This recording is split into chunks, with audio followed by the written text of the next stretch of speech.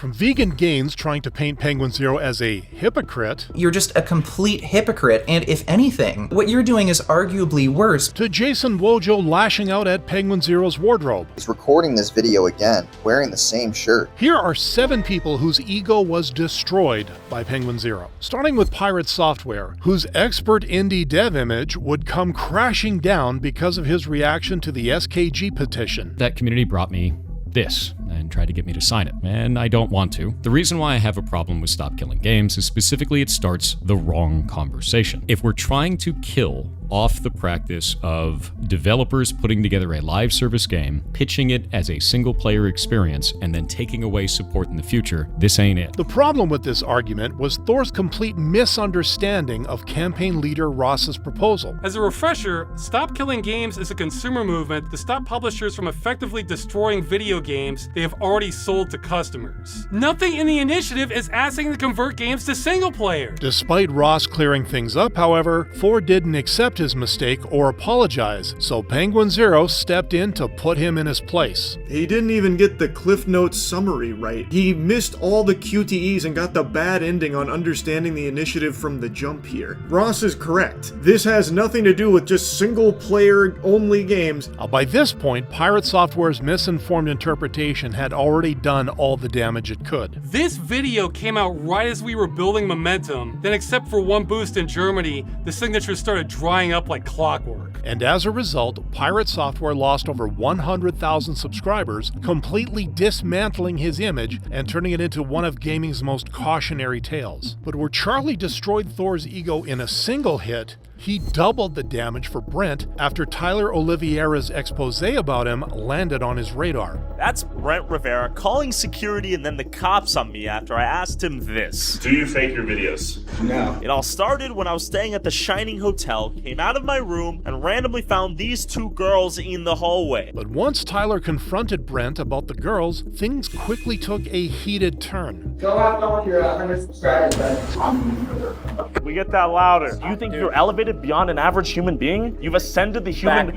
Wait, what are you... Wait, who are you? you're harassing our tours. However, while Brent was able to hide behind security in the moment, there was no hiding once Tyler's video hit the internet on February 7th, 2023. They literally called security over Tyler asking a question. The ego is crazy. Which was why just 4 days later, Penguinz0 gave Brent the schooling he had been asking for. Brent Rivera, a channel with 25 million subs, and I guarantee you haven't heard of him if you're over the age of 18. Unless, of course, you're suffering from some psychological damage and actually enjoy watching an asshole. How can people not recognize that you are an asshole for saying shit like that? You look like an insufferable douchebag asshole, like just a fucking pure colonostomy bag of a person. Charlie's video turned Brent's comment section into a war zone.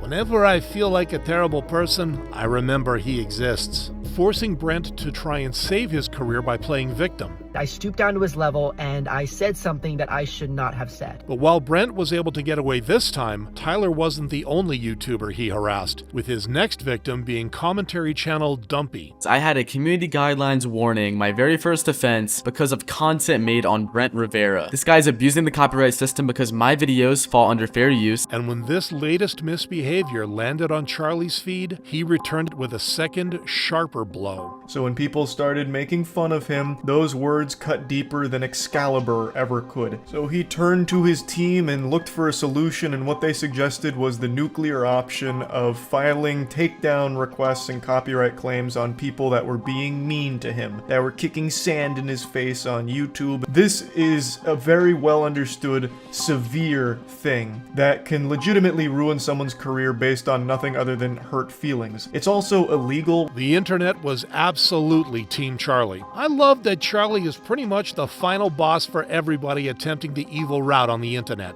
Defeat all the sub-bosses you want, but in the end, Charlie always wins. As a result, the backlash against Brent was fierce, with one of his affected videos racking up over 700,000 dislikes post-incident. Now, Brent's still posting, but his squeaky clean prankster reputation is all gone, his ego irreparably bruised thanks to the dual hit from Penguinz0. But even this was not nothing compared to what happened to TikToker Sienna May when she tried to excuse the inexcusable. A stark contrast to how their relationship started, as Sienna and Jack were the it duo of the internet. Their cuddling, flirting, and constant collaborations convinced fans they were a perfect couple, until June 3rd, 2021, when a now-deleted TikTok showed Sienna's disgusting actions towards Jack. Now, despite the backlash for this, Sienna simply denied everything. I have nothing to apologize for because I did not sexually assault Jack Wright. Although this wasn't enough to convince the internet, she's literally insane, and I can't believe she got away with this for so long. Jack deserves so much better, and I hope you know we're here for you, Jack. And contrary to her earlier statement, Sienna did end up apologizing. Just in the worst way possible. Dancing around in your undies to a song that has lyrics like I feel used and it's not my fault as a response and a so-called apology to your SA allegations is more of a damn ego stroke than anything else. Which was why once Sienna's dance apology landed on Penguinz0's radar, he became the final nail in the coffin of her destruction. This isn't really an apology video, it's just like a ballet recital. She doesn't really say sorry for anything at all. This is like if the feds came up to me and they're like, hey Charlie, we caught you on camera burning down this Toys R Us. We know you're an arsonist, we have it right here. And my response is, I just love to create. As expected, most of the internet took Charlie's side. Imagine sexually assaulting someone and complaining that taking a break from social media is the hardest thing you have done. Truly the mind of a sociopath. And in the aftermath, Sienna lost over 1 million TikTok followers, now only getting less than half the views she used to. Unlike Ava Chris Tyson, who faced harsher consequences after landing on Charlie's radar on July 24th, 2024. Yesterday, Ava Chris Tyson of the Mr. Beast crew had a ton of evidence surface about horrible behavior with how they communicated with minors, as well as a past of really disgusting shit. That's unacceptable. It's indefensible. This verbal lashing followed YouTuber Prism42's hour-long deep dive, which not only exposed the inappropriate messages a 20-year-old Chris Tyson sent to a 13-year-old boy back in 2018, but also highlighted his history of supporting an infamous child porn artist. This is something that is irrefutable. The only question about Ava Tyson and Shadman's connection is whether or not a piece was commissioned or purchased. But at the very least, a piece was owned by Ava Tyson. But while the internet was completely on Charlie's side, Ava Chris Tyson has no excuse for what she did. That didn't stop Ava from trying to get away with her behavior. In past years, I have learned that my old humor is not acceptable. I cannot change who I was, but I can continue to work on myself. To lump these two factors together to create a narrative that my behavior extended beyond bad, edgy jokes is disgusting and did not happen. I just don't think you can write off a lot of those social media posts as edgy jokes or edgy humor when you actually owned art from an artist who draws child porn.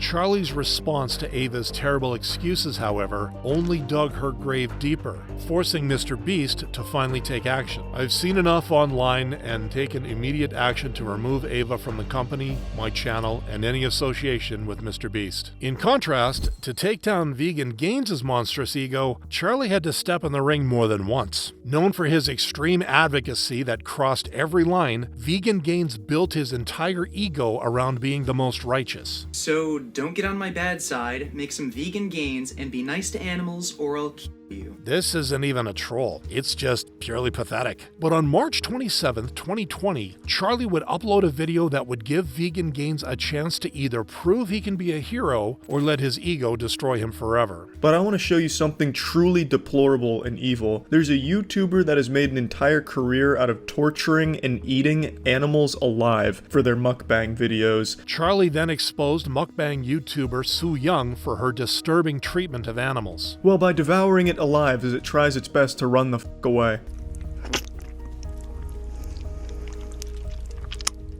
Yeah, they're actually alive. It's not like some kind of post-mortem response or anything, and even in the title she makes it well known the octopus are alive and that she's eating them alive. But while Charlie's video was exactly what Penguinz0 should have supported, his ego couldn't handle someone else being the hero. So instead of backing Charlie, Penguinz0 attacked him for not being vegan enough. So I find it interesting that Penguin will complain about So Young abusing, torturing, and murdering these sentient animals, these very intelligent animals, by the way, like octopi and squid, but he's totally fine with abusing, torturing, and murdering other very intelligent animals. You're just a complete hypocrite, and if anything, what you're doing is arguably worse because, again, you're paying someone else to do it. However, these accusations would prove to be Penguinz0's fatal mistake, as Charlie, who genuinely cares about animals, responded with surgical precision the following day. But last night a YouTuber made a video accusing me of being a hypocrite. It's a bit of a leap to compare eating a chicken tender to a woman beheading a squid and pouring sauce on it. I'm not paying someone to torture animals. Charlie then went on to criticize Penguinz0's cult mentality. But it's people like Penguinz0 who are overly aggressive and the feral monsters in his comments section that really give vegans a bad rap and a negative reputation in the world. They vilify anyone who's not a vegan. They treat it like a cult where you're a huge piece of shit, evil and wrong if you're not in their club. Ending his video with a perfect analysis of the vegan YouTuber's lack of self-awareness. You then had a moment of self-reflection and realization when you said maybe it's because you're an unlikable asshole. Yes, that's exactly why. That is how you're perceived on YouTube. It's how you conduct yourself. You're extremely condescending to anyone that's not in your club. You literally present yourself as a pseudo-intellectual Twitter user on YouTube. But Penguinz0 wasn't done picking a fight. He uploaded a video where he supported animal cruelty. He made a sausage-making video, prompting the internet's favorite YouTuber to finally put an end to this one-sided squabble. It seems like you don't even genuinely believe in having a conversation. You just really want the attention from this whole situation. And letting Penguinz0 experience firsthand what it's like when Penguinz0 methodically destroys your ego. Since then, while the vegan YouTuber has continued posting online, he gets less than a quarter of the views he used to. Much like questionable social media personality Jason Wojo, whose massive ego took a devastating hit once Charlie featured him in his "This Guy is Pathetic" video. Today I want to take a look at what happens when all you do is fake it without ever making it.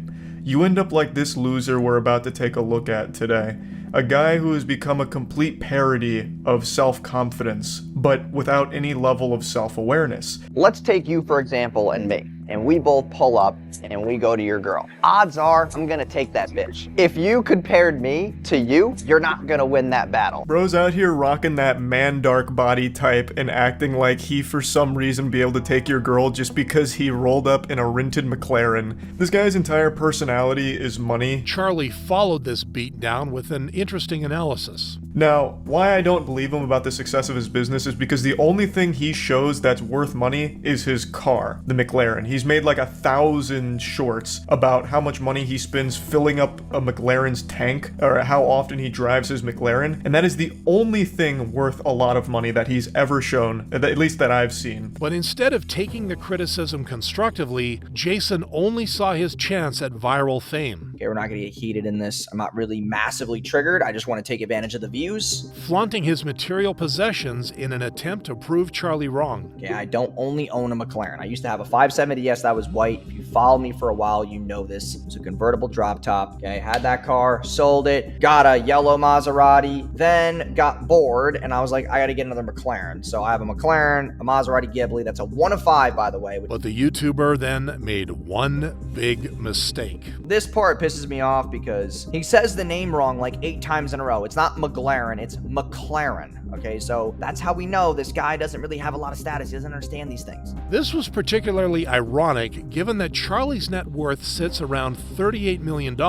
while Jason's self-proclaimed wealth amounts to only $3 million. And in response, Charlie's fans were quick to school him. Don't be mad that Charlie has a higher net worth than you. And Charlie also didn't waste a second to destroy Jason's ego. He didn't look tougher, he looked even stupider. It's just one of those things where when you get offended and your defense is, I'll fight you for it, I just feel like it's a bad look. To which Jason responded, He's recording this video again, wearing the same shirt. Does this man change his clothes? But this did not get him the response he had been looking for. I love how he said Charlie has no status when Charlie is literally sitting in a room full of of his accomplishments. And in the end, Jason didn't just lose his fight with Charlie, he also lost thousands of subscribers across all platforms within a month of the drama starting, eventually deleting his entire social media presence. Damn, I had no idea Charlie won the fight against a malnourished Martian without even stepping into the ring. But with Sneako, Charlie did step into a kind of ring, and this time he brought a trusted friend to dismantle the streamer's ego once and for all. The legendary drama kicked off in 2020 when Penguinz0 rightfully slammed Netflix's Cuties. The fact that Cuties is on Netflix is nothing shy of a crime in my opinion. It is actual softcore child porn. Only for Sneako to take this as a personal attack, leading him to defend the film. I saw this commentator, Penguinz0, who I actually like. There's not a lot of good commentators, but he's like, this movie